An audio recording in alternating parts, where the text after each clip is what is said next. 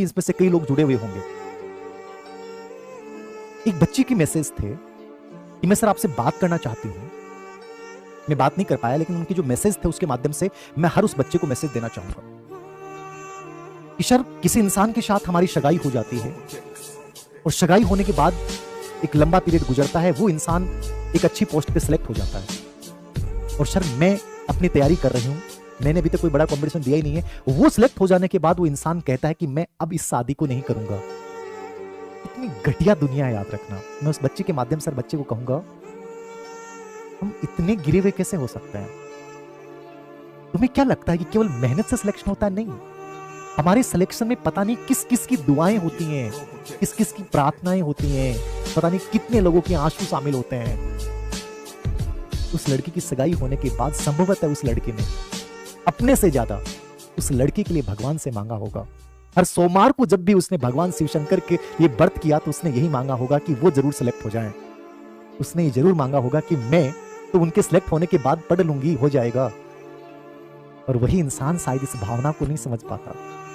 उसे लगता है कि नहीं, मैं मेरे दम पे सिलेक्ट हुआ हूं, अब मैं नौकरी लगी हुई लेके आऊंगा। वो अभागा था, याद रखना, जिसने तुम्हें छोड़ दिया। तुम किस्मत वाली हो क्योंकि तुम्हारी किस्मत से उसकी नौकरी लगी थी।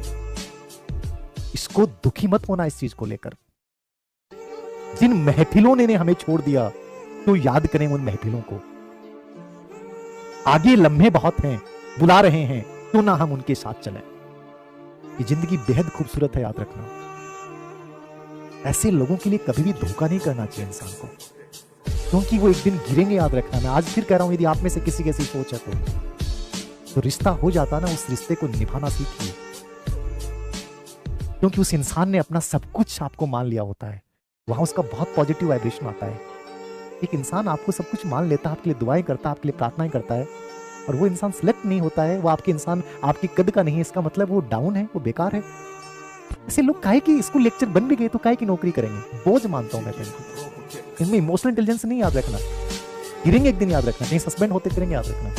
लेकिन तुम लोग ऐसी परेशानियों से मत बाधित होया करो। इमोशनल कोसेंट है तुम लड़कियों में, और बहुत है तुम लोग लड़कियों में।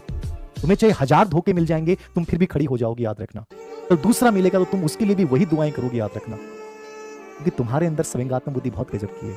उसे कहीं ना कहीं उस बात का घमंड हो गया कि मैं लगाऊं अपनी मेहनत पे, गिरेगा।